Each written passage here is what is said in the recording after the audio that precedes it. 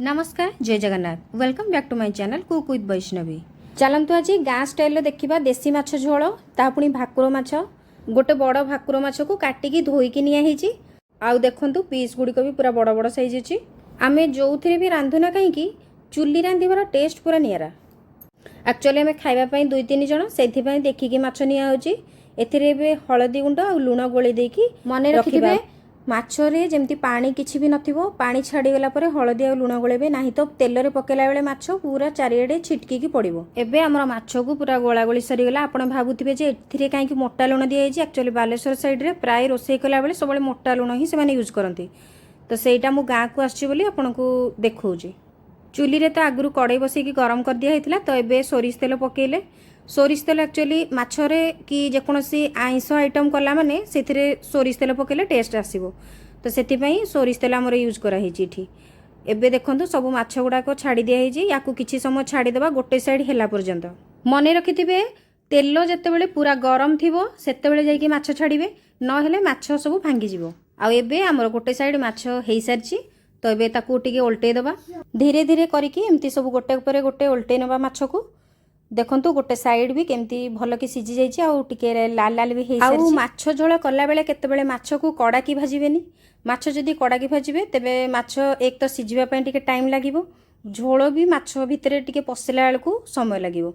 एबे आउ गोटे साइड भी माछ देखंतु हमर पूरा हेई गला तो आउ थरे टिके एपट सेपट करदेबा कोटू काले सिझिथिबो न सिझिथिबो तो सेइथिबे आउ टिके टिके एपट सेपट करदेले सब आड़ सिझिजिवो ठीक से।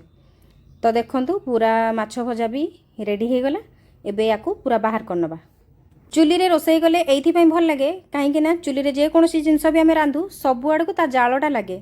सब बेले तो चुली रे रोसई खाई हुएनी काहेकि ना आमे बाहर रहउछु आ जेते बेले भी घर को जाऊ आमे तो हमर सब बेले चुली रे ही रोसई हुए सेठी खाଇବା ପାଇଁ भारी शांति लागे। एबे देखंतु हमर माछ भजा रेडी। एइथिरु किछि जण खाइबेनी बोली माछ भजा कहिले आमे खाइबु सेइथिपई आमे किछि माछ रखि देइछु अलगा तो एइ 3टा माछरे केवल झोल हबो।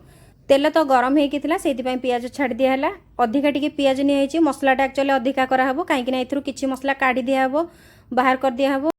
एठी एक्चुअली किछि जण हमर खाइबेनी नॉन वेज तो सेतिपई तांको पई भेज हेछि छतु हेछि एक्चुअली तो छतु मसला करिया पई बोली एकाथरे मसला कर दिया हला जोटा कि छतु पई किछि बाहर कर दिया हबो।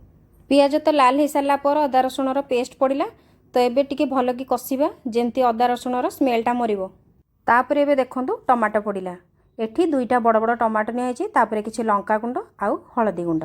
जो माने लंका गुंड खाउनाती से माने चाहिले कंचा लंका भी नै परिबे एठी किंतु आमे नेइछु लंका गुंड। तो एबे देखंतु चुलीर जाळटा जेहेतु अधिका अछि टिके पानी देकी ताको कसिबा। एबे देखंतु मसला हमर ऑलमोस्ट हेई सारिछि तो एथिरे पकेइबा एबे किछि करी पाउडर आउ गरम मसला एथिरे जस्ट अल्प अल्प पड़िछि आपण चाहिए आउ टिके जदि अधिका देबा पई चाहुजनी देबे किंतु हमकु टिके बेसी मसलाटा भल लागेनी बोली बाहर मसला सेति पई अल्प अल्प जस्ट बासना पई दिया हेछि। मसला हे साला परे अधा मसला बाहर कर दिया गला तापरे एबे किछि आलू पकेकी आउ जेतिके मसला थला सेइथिरे टिके आलू को कसिबा। एबे देखंतु पानी दे दिया हला हमर एक्चुअली बेसी माछ झोल होबनी तो 3टा माछ झोल होबो सेई अनुसार हमें पानी नेलु। एबे पानी नेकी हल्का टिके फुटी आसला बेलकू माछ छाड़ दिया हला अल्प माछ जेहेतु शीघ्र भी हेई जिवो शीघ्र फुटी जिवो। देसी माछ झोल पुणी गाँ स्टाइल निहाती तो खाइबा पई भल लागिवो। देखंतु आपण मानकु भल लागुची कि नाही मु तो कहि परिबिनी जद्दी भल लागिची तेबे लाइक शेयर कमेंट करिया को जम्मा भूलिबेनी। एबे भी देखंतु हमर माछ झोल पूरा हेई गला कलर भल देखा जाउची माछ झोल केमती कोन हेइची आपण माने कहिबे। एबे माछ झोल जेतु हेई सारला ताकू गोटे जगह बाहर करनबा। आउ एबे माछ झोलर फाइनल लुक देखंतु। आज पई एतिकी रहुची पुणी नै आसीबी किछि देसी स्टाइल रोसई रहिली जय जगन्नाथ।